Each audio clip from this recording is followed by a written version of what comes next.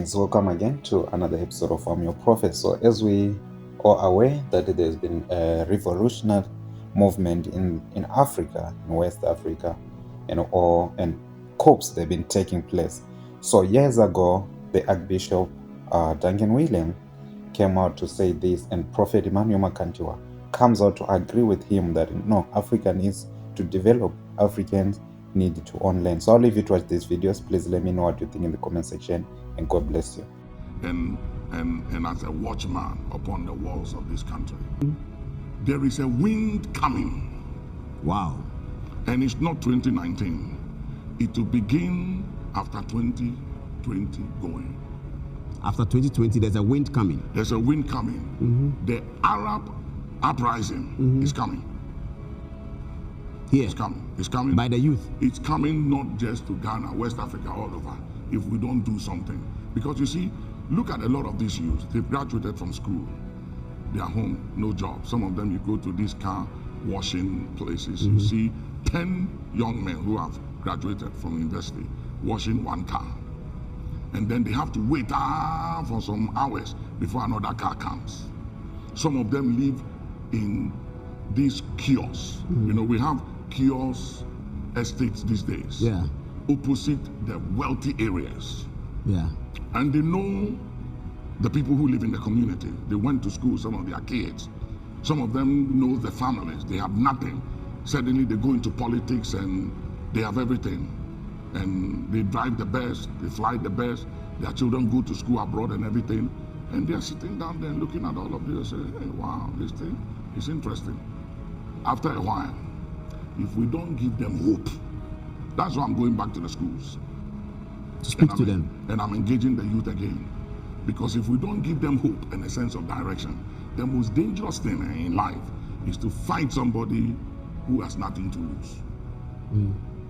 They don't have wives, they don't have children, they don't have cars, they don't have lands, they have no hope, nothing to live for, they don't mind dying. So our politics is treading on dangerous grounds. It is. Africa. Because I see it everywhere. And it's very scary and very worrying. That will the wind start from Ghana? I don't know, but it's coming to West Africa. After 2020? Yeah, after 2020 going, 2021, 2022, 3, 4 going, if something don't change to give the youth hope, I'm telling you, and I'm speaking. Do you think this 25-year plan will work? It will work if only our leaders, especially former presidents and the leaders of today, will come together and say, hey, let's take hold of our country. Let's do something, because this party politics, as much as it's democracy and it works, we have to do it in the context of what works with our tradition. You know, and if we don't look at it carefully, it will create an atmosphere that the countries of Africa will become very difficult to govern. I mean, look at Nigeria. And with all the resources they have, look at Congo, DRC. Look at the wealth of that country. It's the wealthiest country in the world, Congo, and DRC. yet the poverty in that country. And it breaks you, it breaks your heart. You go in there, you look at the place and you ask yourself, why? What is wrong is the way our party politics is structured. This winner takes it all has to stop. This thing when I come into office and then I'm coming after you and coming after your people to call them to accountability. So you're saying that let's stop party politics.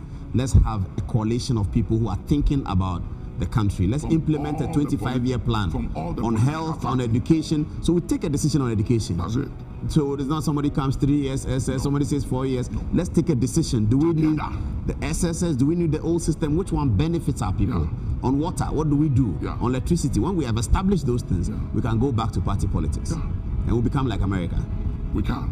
It's possible in our lifetime. Are you giving up on what the church has done over the last 30 years? Because you see, with your leadership, Your Eminence, the church has had significant interventions in our national life. I agree. I remember the Ebola. Yeah. You stood up and said a prayer against Ebola. Yeah. Today we don't talk about it anymore. Yeah. Glory to God. I remember the Oral Roberts conference, and you have been holding these conferences at the Accra Sports Stadium. You were praying for the nation when the rains came. So all of these interventions have been to hold the nation together. Do I get the sense that you are now giving up on that one and thinking that if our people don't take action? That if you develop your people and you let your people make money, yes. You let your people make money and they build properties. It's going to be so difficult for, it's easy for one person to come up today and declare a civil war. And people can start fighting each other. And people can start killing each other.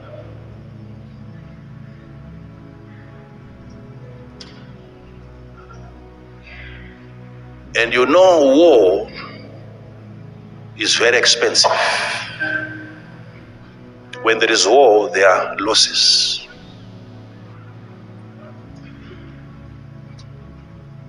It's going to be difficult for one person to wake up one morning and say, let's fight each other. If these people have something to lose, when you allow people, you allow your citizens to own properties and houses and companies, the more they would want to distance themselves from anything called war. Because you lose. If war is to break now, all of us were going to leave our houses. We go and we stay in camps. And when bombs starts falling, families are divided. War can go on for 5 years, and you've never seen your wife, you've never seen your child, you don't know where they are. That's how terrible war can be. You don't want to hear people talking about war. When you are a well-developed individual, when you have assets, when you have good properties. People who keep talking about war, they have nothing to protect.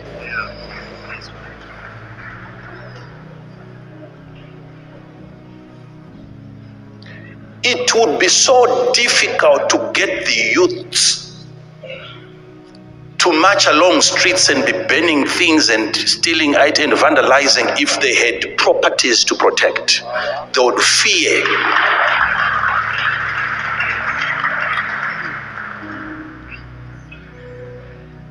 So think about it, just a property can give a person a certain behavior.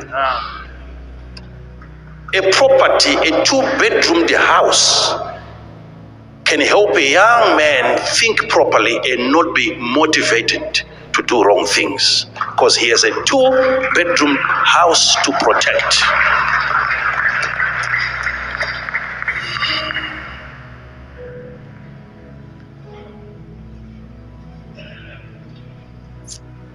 He's thinking, so what if I lose my house? Let's not fight. Let's talk.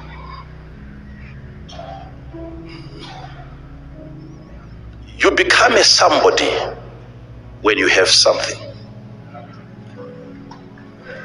Huh?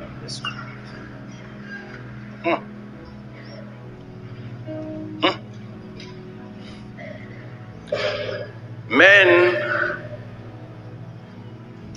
yes, by design again, God gave us power. God gave us strength.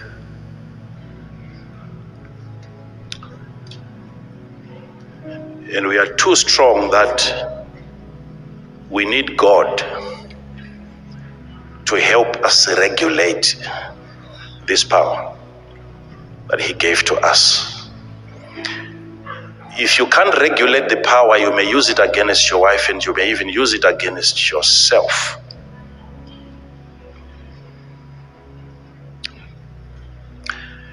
In most undeveloped countries, the economy is made that way. It is designed intentionally not to promote an individual so that he is controllable. They take orders. They are kept poor so that they keep having their messengers. You are made to do things that you wouldn't have done had you had a piece of land that you fear to lose. It's intentional.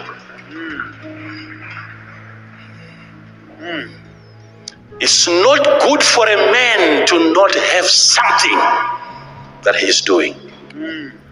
It's not good for a man.